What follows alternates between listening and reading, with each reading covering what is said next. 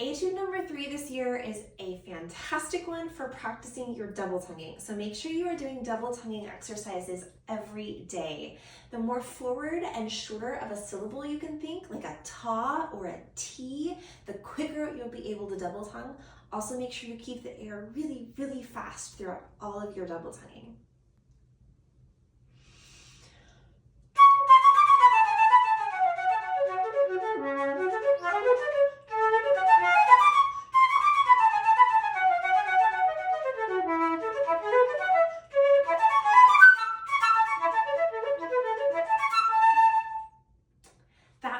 Section, it's so important that you mark in any breaths you're going to take in addition to the ones already there. I added breaths at the end of measure 8 and at the end of measure 16. It will also help a ton if you're practicing your F minor harmonic scale and if you're practicing some arpeggios, particularly arpeggios in A major.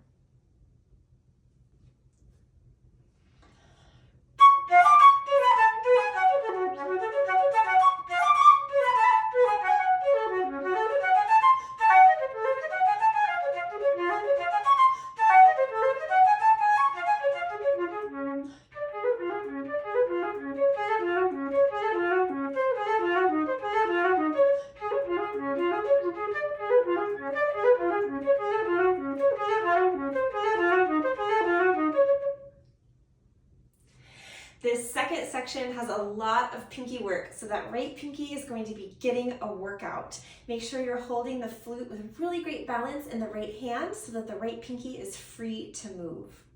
Also check your timing in measures 25, 26, and 27.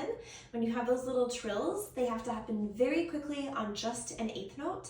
So I recommend only doing one wiggle or turning it into what we call a mordant. So rather than trilling multiple times on that note, just one wiggle so you can stay nice and in time.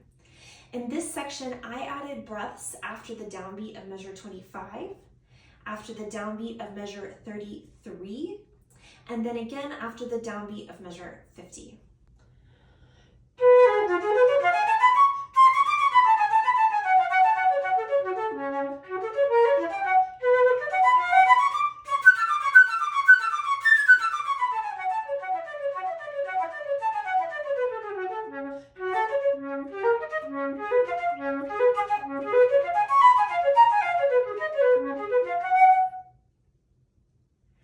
This third little section of the etude is all about recognizing patterns. So make sure you identify any patterns and any parts that repeat. For instance, starting in measure 62, we have this high A descending, and then that repeats one octave lower in measure 66.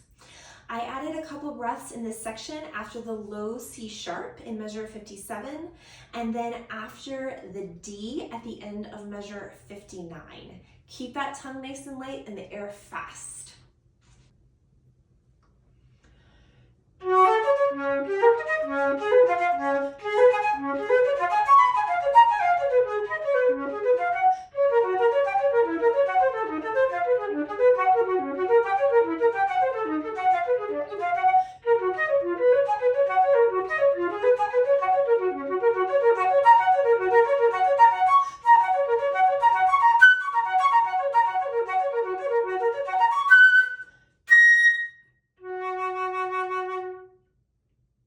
You want to end this etude with a bang, with a nice full sound.